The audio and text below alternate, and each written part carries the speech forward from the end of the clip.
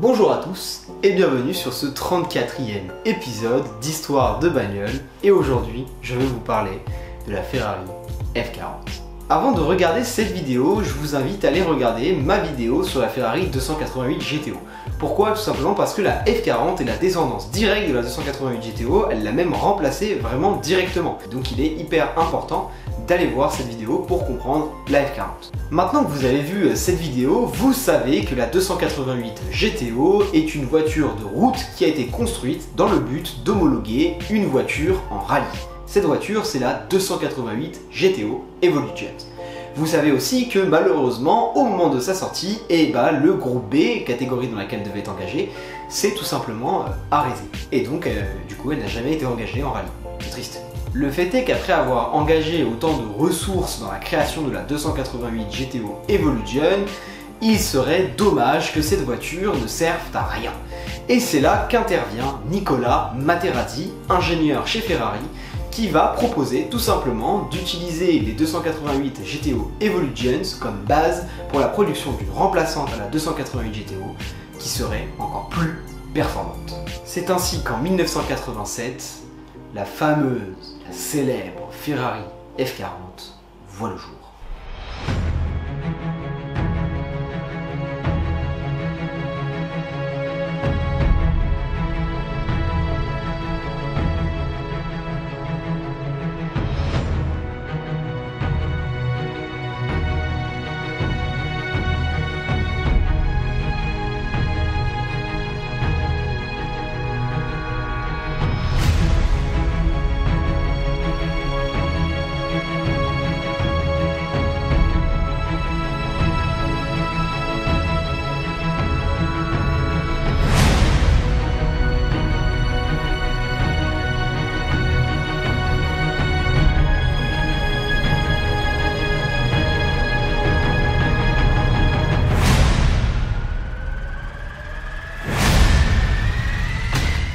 La F40 récupère le V8 2.9 litres biturbo de la 288 GTO, mais il passe de 400 à 478 chevaux. Globalement, on retrouve beaucoup l'esprit de la 288 GTO, moteur en position centrale arrière, boîte de vitesse mécanique, on conserve le même moteur, on a une carrosserie en carbone Kevlar, on a les phares pop-up et on n'a aucune assistance électronique. Cependant, au niveau design et aérodynamisme, la F40 va beaucoup changer. Le pare-brise arrière va être en plexiglas pour alléger la voiture et d'ailleurs sur certaines versions on aura même les vitres latérales en plexiglas. Et le pare-brise arrière toujours sera troué pour améliorer le refroidissement moteur et laisser passer l'air. On retrouve également un aileron fixe, des entrées d'air sur le capot et des entrées d'air sur les ailes avant et arrière. Si la 288 GTO arborait déjà un intérieur relativement minimaliste, la F40 elle est entièrement vidée. Les panneaux de porte seront même en carbone apparent. En tout, la F40 ne pèsera que 1088 kg contre 1224 kg pour la 288 GTO. Alors certes, le gain de puissance sur la F40 n'est pas monumental, on n'a gagné que 78 chevaux, mais quand on met tout bout à bout, le léger gain de puissance, la perte de poids et l'aérodynamisme, la F40 est beaucoup plus performante que la 288 GTO. À sa sortie, la F40 sera la voiture la plus performante de tous les temps, avec une vitesse de pointe enregistrée à 325 km/h et un 0 à 100 expédié en 3,9 secondes. Au départ, 400 exemplaires de la Ferrari F40 étaient prévus, mais ils se sont tous vendus très vite et une demande insistante a poussé Ferrari à augmenter le nombre d'exemplaires à 1000. Enfin, au vu du succès de l'automobile, les USA décideront finalement de lui accorder la certification qui jusqu'ici lui avait été refusée car elle était soi-disant trop radicale. Ferrari va alors se retrouver dans une impasse puisqu'ils ont un contrat avec un importateur qui stipule que 22% des exemplaires de chaque modèle doivent être réservés au marché américain. Et donc, ils vont devoir augmenter la production à 1327 exemplaires pour couvrir le marché américain. En fait, la F40, c'est pas une simple supercar comme je suis en train de vous la décrire, mais c'est beaucoup plus que ça, et c'est pour ça que c'est devenu un hit.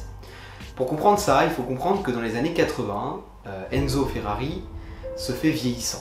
Il ne travaille plus beaucoup dans l'entreprise car il ne peut plus travailler comme il le faisait avant. Pourtant, il va s'investir dans la F40 avec Materati. Malheureusement, en 1988, Enzo Ferrari va rendre l'âme. C'est la mort d'une légende, la mort d'un homme qui peut-être avait des vices, comme certains le diront, mais la mort d'un homme qui a créé une magnifique entreprise, qui a sorti toute une région de la misère à la fin de la Seconde Guerre mondiale, la mort d'un homme respecté et aimé, la mort d'un homme qui est apparu dans le monde automobile à son âge d'or et qui a complètement changé ce monde-là.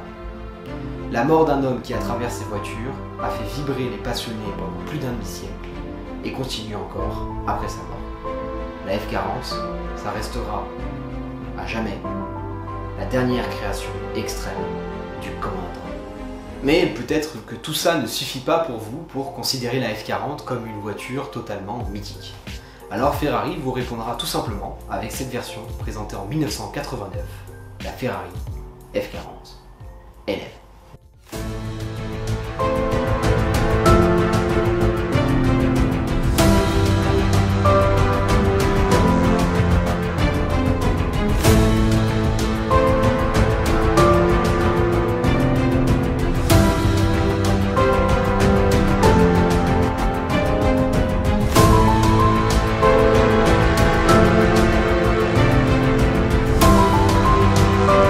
La Ferrari F40 LM pour Le Mans, a été conçue pour courir en endurance. Il s'agit d'une F40 modifiée par Micheletto.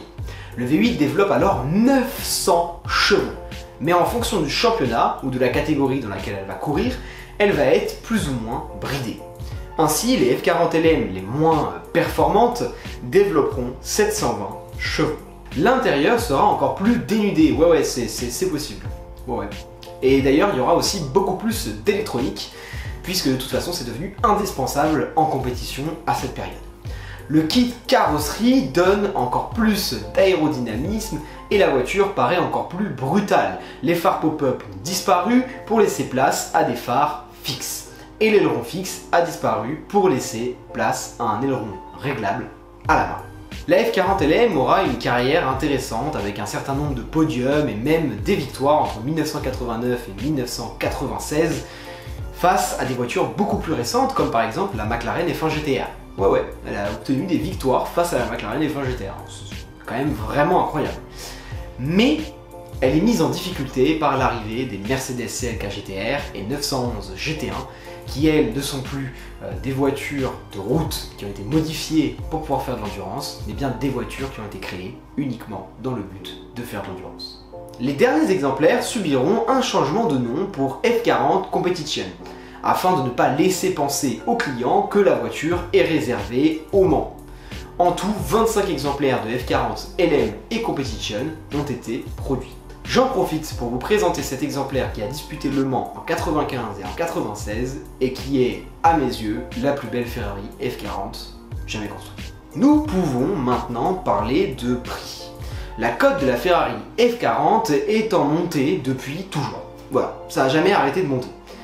Et aujourd'hui, ça vaut environ 2 millions. Alors peut-être que vous pouvez vous dire qu'avec tout ce que je viens de vous raconter, l'histoire de la F40, le fait qu'elle ait fait de la compétition, que ce soit une supercar complètement folle, c'est logique, 2 millions. Ouais. Alors, le truc, c'est qu'il y a eu beaucoup d'exemplaires de F40. Et donc du coup, beaucoup trouvent que cette cote est injustifiée. Le truc, c'est qu'elle est tellement folle et tellement désirée qu'en fait, malgré le nombre énorme d'exemplaires, il n'y en a pas assez. Et donc le prix ne fait que de monter. Et je pense qu'aujourd'hui, la F40 est une des voitures qui a le rapport nombre d'exemplaires prix le plus élevé du marché. C'est un truc de fou. 2 millions pour une voiture qui a 1300 et quelques exemplaires, c'est de la folie.